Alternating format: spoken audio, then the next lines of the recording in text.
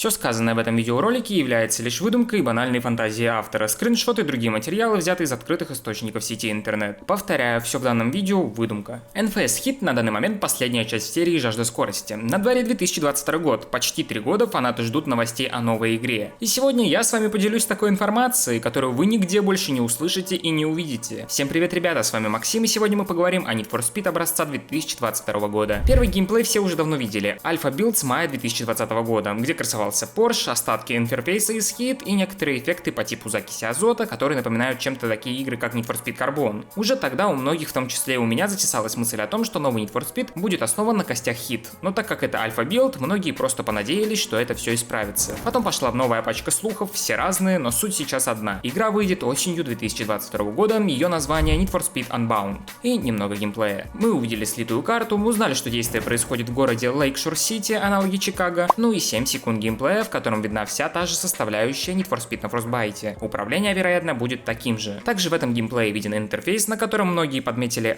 почти идентичный дизайн карты с NFS Hit, вторую валюту в игре. Все сразу задумались о донате, но пока это неизвестно. Снова куча слухов о разработчиках, о подключении команды, работавшей на Dirt 5 и о многом другом. Но самая главная утечка произошла позже. Need for Speed это теперь аниме? Именно так начали думать многие люди после поста Джеффа Граба, в котором он намекнул, что в NFS Unbound будут некие аниме-эффекты. Однако после этого заявления почему-то резко все забыли про первую часть предложения, про фотореализм, и начали рассказывать о том, что теперь игра будет с аниме, то, что будет сюжет в этом стиле, то, что игра будет напоминать Need for Speed Nitro и куча разных других сравнений и теорий. Подтверждалось все тем же скриншотом, на котором виден водитель с голубыми волосами. И вот опять слухи, опять говорят о том, что игру должны показать в июле 2022 года, но ее все нет. Почему? Пост с Reddit немного разъясняет ситуацию. Мультяшные эффекты с начала лета действительно существуют. Так, во время движения, если вы врезаетесь во что-то вроде фонарного столба и ломаете его, на экране появляется надпись Bang в стиле комикса. Когда вы делаете бёрнаут или дрифтуете, дыма почти нет. Вместо этого некоторые линии идут по кругу, имитируя направление задних шин. Об этом мы вновь поговорим чуть позже, но это уже можно списать на обычные визуальные эффекты, а не на полноценную стилистику игры. К примеру, как в Watch Dogs 2, где на экране могли появляться разные стикеры в определенных миссиях, или как в Паучке Майлз Моралес, где в определенном костюме показываются различные комиксные эффекты от действий.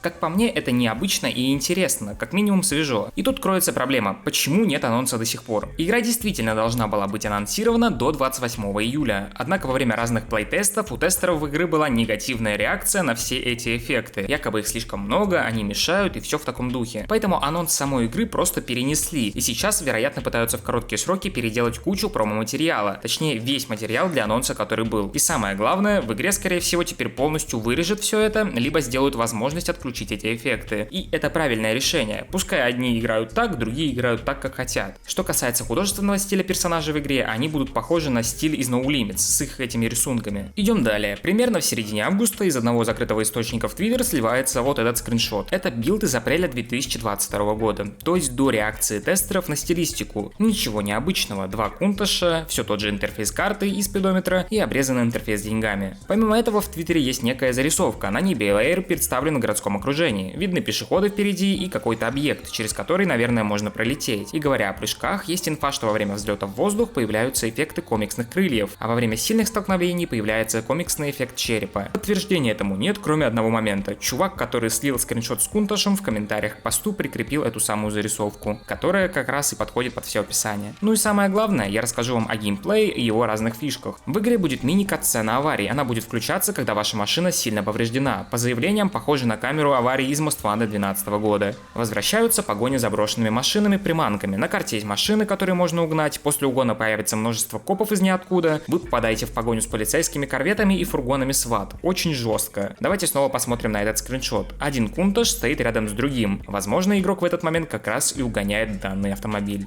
Есть механика дразнилок, вы можете издать странный звук, который дразнит людей, когда вы проезжаете мимо них, например, рев и так далее. Возможно, это просто кастомные гудки.